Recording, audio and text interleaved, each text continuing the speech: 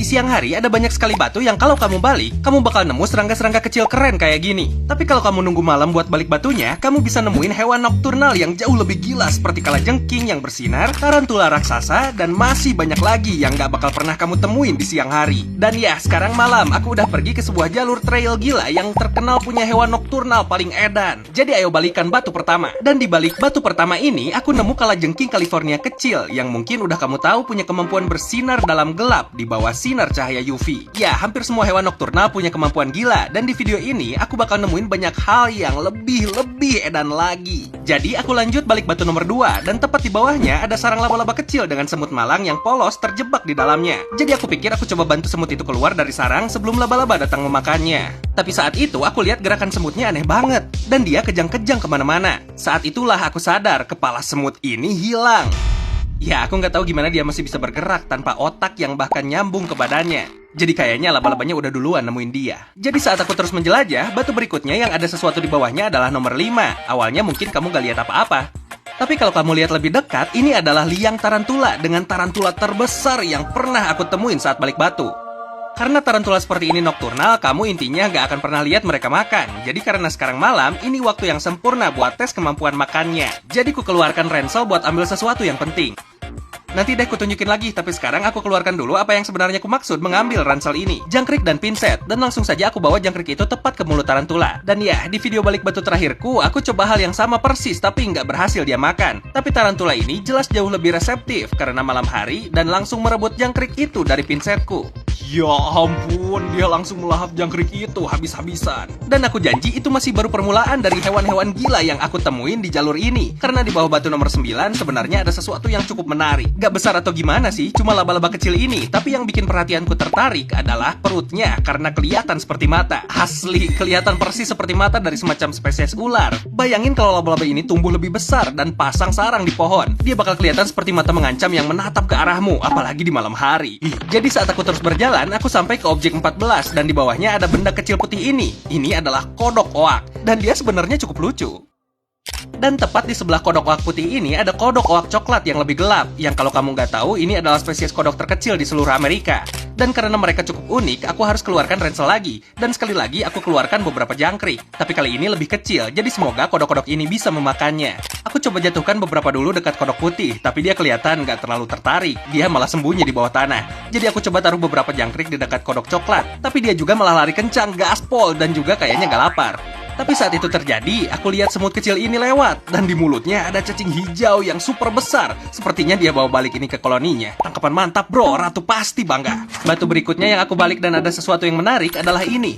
Awalnya yang aku lihat cuma salah satu laba-laba mata kecil itu lagi. Tapi saat aku melihat lebih dekat lagi dari sudut mataku, aku lihat ini. Liang ular garter kecil. Yap, ada ular yang meringkuk di dalamnya. Mereka ini bukan nokturnal, jadi kemungkinan besar dia cuma lagi tidur di sini. Dan aku baru membangunkannya. Untungnya mereka nggak berbisa. Yang aku tahu karena di buku aktivitas Tera Hijau yang baru ada banyak fakta seru. Dan di halaman ini ditunjukkan semua perbedaan antara ular berbisa dan yang nggak berbisa. Dan setelah aku bandingkan, aku bisa tahu kalau dia gigit aku itu bakalan aman, nggak ada bisanya. Oke, jelas ular ini nggak mau diganggu. Jadi aku taruh balik batunya dan kita lanjut jelajah. Dan tepat setelah aku jalan menjauh, aku nemu batu ini yang di bawahnya ada ratu semut. Kelihatannya anak pekerjanya yang pertama baru aja menetas dan lagi bantu ratu dengan telur-telur sisanya. Kalau dipikir-pikir gila juga sih setiap koloni besar dengan ribuan pekerja dimulai seperti ini. Jadi aku taruh balik batunya dan semoga koloni ini bisa tumbuh sebesar itu. Jadi saat aku terus bepergian, balik batu bagus berikutnya adalah ini karena di bawahnya ada serangga super seram. Awalnya dia lari-lari super cepat dan aku nggak bisa lihat dengan jelas. Tapi akhirnya saat dia diam, aku bisa tahu ini adalah lipan rumah yang biasanya tinggal di rumah.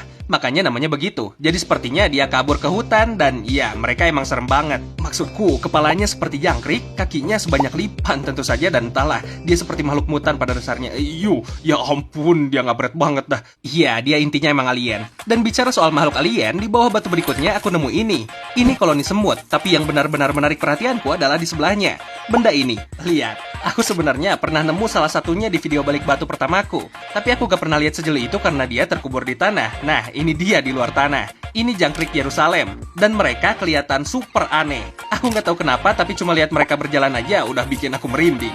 Rasanya dia bakal lompat ke arahku atau semacamnya. Tak lama setelah itu, saat aku lanjut menyusuri jalan, aku balik banyak batu dan kayaknya nggak nemu apa-apa yang keren. Jadi aku dapat ide bagus yang berujung ke sesuatu yang gila. Bro, ini pasti area sial. Aku sumpah di sini literally gak ada apa-apa. Tapi aku punya ide yang sangat bagus dengan sesuatu dari ransel. Lihat di sini, aku udah bawa benda ini. Toteng, kamera termal. Dan kalau ada hewan di sini, benda ini pasti bisa lacak dia. Itu aja sih. Jadi, kamera termal menangkap panas di lingkungan yang memungkinkan aku melihat hewan di malam hari. Aku mulai mengarahkannya ke segala arah dan menaruhnya di bawah batu. Tapi saat aku lakukan itu, aku lihat sesuatu yang merah muncul di kamera. Jadi aku lihat apa yang ada di depanku dan sadar ini adalah penemuan yang benar-benar gila.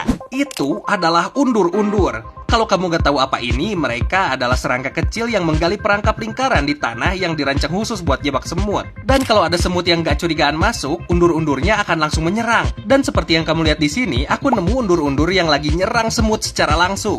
Undur-undur itu melempar tanah ke arah semut saat dia mencoba kabur. Mereka lakukan ini buat ngejatuhin semut balik ke dalam dan bikin mereka susah buat kabur. Tapi kayaknya undur-undur ini gak gali lubang yang cukup besar karena semutnya bisa kabur. Bro, aku bahkan gak tahu mereka hidup di gurun. Aku kira mereka cuma hidup di hutan. Gila banget sih. Tapi ya, begitu undur-undur makan cukup banyak semut, mereka berevolusi seperti Pokemon. Jadi bentuk akhir mereka, yaitu serangga terbang keren ini. Dan yang benar-benar gila adalah tepat di sebelah undur-undur di jalur ini, aku nemu serangga terbang ini. Dan ini adalah capung jarum, undur-undur yang telah dewasa sepenuhnya. Ya, mungkin beberapa minggu lalu ini masih salah satu dari undur-undur kecil itu, tapi sekarang dia punya sayap. Bahkan, dia lagi nyodok bagian belakang perutnya ke tanah. Dia lagi bertelur. Ya, capung jarum ini sedang menyelesaikan tujuan hidupnya dan memulai kembali siklusnya. Dan proses siklus hidup yang sangat mirip, semuanya dijelaskan di buku aktivitas Tera Hijau yang baru. Dengan bahkan aktivitas seru di bagian bawah, kamu bisa desain seranggamu sendiri. Jadi saat aku terus menyelusuri jalur, aku nemu sesuatu yang super seram. Karena di bawah batu ini ada kumbang. Sekarang kamu pikir mungkin itu gak istimewa. Tapi setelah aku ketuk sedikit buat lihat responsnya, aku sadar kumbang ini udah lama mati. Bahkan kalau kamu ingat semut yang kepalanya putus di awal tadi, nah kumbang ini punya hal yang sama persis. Dan kepalanya cuma beberapa inci jauhnya, tergeletak di lantai. Bro, apa yang terjadi di hutan ini memenggal semua serangga? Itu aneh banget. Oke, semoga aku bisa nemuin apa yang melakukannya, karena itu pasti gila. Beberapa objek kemudian, aku nemu 3 kaki seribu kecil yang lagi santai di situ. Pasti kamu udah tahu, tapi kaki seribu keren karena mereka punya 1000 kaki kecil yang hampir bikin mereka kelihatan seperti melata saat jalan. Dan di hadapan kaki seribu ini, aku keluarkan ransel, dan di dalamnya aku ambil beberapa kuas cat. Aku tahu kelihatan aneh, tapi sabar dulu. Karena pakai kuas cat, aku mau tunjukin mekanisme pertahanan kaki seribu yang biasanya aktif kalau kamu gosok mereka. Tapi aku gosok kaki seribu ini dengan kuas cat selama cukup lama dan dia cuma senang-senang aja terus jalan. Jadi aku lakukan hal yang sama ke temannya dan hampir langsung temannya ini lakuin yang seharusnya dan menggulung jadi bola yang menjaga mereka aman dari bahaya potensial. Oke, nah itu harusnya yang terjadi. Aku gak tahu kenapa yang ini malah menolak jadi bola. Tapi ya sepertinya dia ada ngebug atau gimana. Aku gak tahu, mungkin dia menikmati pijatan gratis di punggungnya, gak tau lah.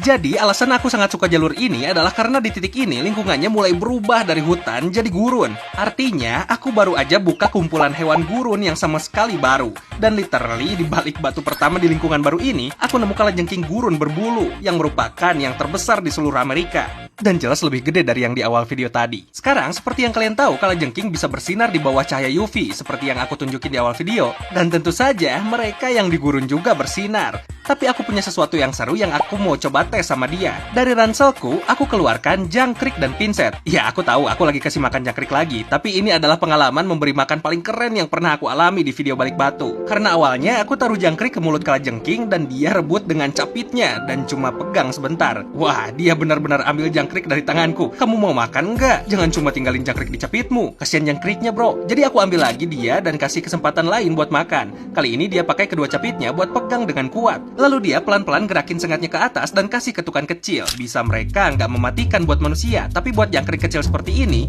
itu akan lumpuhkan dia total sementara kalajengkingnya makan. Sekarang aku mau tunjukin ke kalian rekaman super zoom ini karena basically asik. Kalajengking pakai mulut kecil mereka buat robek makanan sampai jusnya keluar. Lalu mereka sedot jusnya dan kamu bisa lihat dengan jelas jusnya memenuhi kepalanya saat dia makan. Ya, itu gila banget. Dan dia mulai jalan-jalan dengan jangkrik di mulutnya tanpa tangan. Wah, gila sih bro, keren. Nikmati makananmu. Beberapa balik batu kemudian, aku nemu ini. Itu koloni semut. Tapi mereka super kecil. Yang menonjol buatku adalah fakta mereka hampir semuanya punya sayap. Itu cukup langka. Semua semut bersayap ini disebut alates, dan mereka cuma lahir sekali setahun. Kelihatan mereka lagi siap-siap buat penerbangan kawin tahunan mereka. Dan mungkin di pagi nanti mereka semua bakal terbang pergi cari koloni alates lain supaya bisa kawin. Dan setelah selesai kawin, jantan mati dan betina robek sayapnya buat mulai koloni sendiri. Keren banget bisa lihat itu. Saat aku lanjut menyusuri jalur, aku balik ini dan nemu beberapa kumbang biru. Nggak cuma mereka cukup besar dan kelihatan super keren dengan eksoskeleton biru mereka, tapi mereka juga punya kemampuan spesial gila, yaitu mengembangkan semacam lilin di badan mereka yang berfungsi sebagai tabir surya. Dan mereka lakukan ini karena panas di lingkungan gurun jelas bisa sangat panas, dan tabir surya yang mereka produksi ini memungkinkan mereka berkembang sementara hewan lain harus istirahat karena kepanasan. Tapi salah satu hewan gurun favoritku di dunia ditemukan di bawah batu ini. Ini semut beludru, tapi di YouTube mereka dikenal dengan pembunuh sapi. Aku pernah buat video tentang memelihara mereka sebagai hewan peliharaan. Dan ya, katanya sengatnya cukup kuat buat bunuh sapi sungguhan. Aku gak tahu itu bener, tapi aku gak mau ngetes juga. Tapi ada sesuatu yang aku mau tes sama dia, karena kalau kita keluarkan buku aktivitas tera hijau dan buka ke bagian gurun, kamu bisa lihat tertulis pembunuh sapi mengeluarkan suara mendencit saat terancam. Dan ya, aku semacam pakai buku ini sebagai panduan, tapi aku belum pernah lihat pembunuh sapi lakukan itu. Jadi, ayo kita tes sama dia.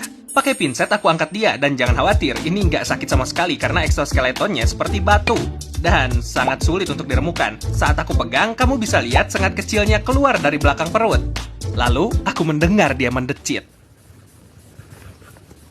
Seperti yang kamu lihat, mereka bisa berulang kali mengkerutkan perutnya buat bikin suara mendecit ini saat terancam. Dan sejujurnya aku nggak tahu kenapa mereka lakuin ini. Karena kalau aku predator, decitan ini nggak bakal bikin aku mundur. Kayaknya mereka lebih baik menggunakan sengat gila mereka sebagai metode pertahanan. Objek berikutnya yang aku balik punya sesuatu yang belum pernah aku lihat sebelumnya. Ini laba-laba unta.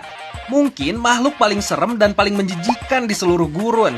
Maksudku, ini laba-laba yang hampir kelihatan seperti kalajengking dan punya mulut seperti iblis jahat. Tapi aku kenal mereka dari video yang diupload hampir 10 tahun lalu, di mana Coyote Peterson entah kenapa ngasih laba-laba unta besar gigit dia. Dan ya, ini reaksinya. Wadidaw, sakit banget. Ya ampun, taringnya tajam seperti pisau cukur. Kayak ada jarum kecil yang masuk ke jariku. Ya lu pikir gimana, Tong? Ngapain juga ngebiarin dia gigit kamu? Aku nggak bakalan lakuin hal yang sama. Jadi aku terus menjelajah. Sekarang di titik ini aku udah hampir sampai akhir jalur. Di beberapa batu terakhir yang aku balik, aku nemu lebih banyak kalajengking. Yang jelas aku buat semuanya bersinar. Aku bahkan nemu kalajengking bayi ini di sebelah kalajengking dewasa. Gak tahu itu bayinya atau bukan, tapi aku tahu kalajengking punya salah satu cara paling menarik buat ngasuh bayi mereka. Begitu ibu melahirkan, semua sekitar 20 bayi kalajengking bakal nempel di punggung ibunya dan cuma santai di sana sampai 20 hari. Keren banget. Karena gurun sangat kering, aku nemuin jauh lebih sedikit serangga kecil, nggak kayak di hutan. Jadi banyak balik batu terakhir, isinya padazong. Dan aku sampai di batu ke-100. Saat ku balik, untungnya ada sesuatu. Dan maksudku sesuatu yang gila. Ini laba-laba serigala. Yang sendiri sebenarnya nggak terlalu langka. Aku nemu banyak di bagian hutan, tapi aku nggak tampilkan karena mereka agak kecil. Tapi yang ini, gede banget. Hampir sebesar tarantula di awal video. Dan aku dengar laba-laba serigala besar seperti ini keren banget dilihat saat berburu. Jadi aku keluarkan jangkrik untuk terakhir kalinya. Aku coba kasih makan satu ke laba-laba serigala. Aku cuma mau jatuhin. Oh sial. Dia langsung menyergap itu. Ya ampun, itu brutal. Terjadi dalam setengah detik. Ya, jangkrik jelas gak suka sama channel Tera Hijau. Karena setiap kali aku bawa mereka, mereka berakhir di mulut laba-laba serigala atau semacamnya.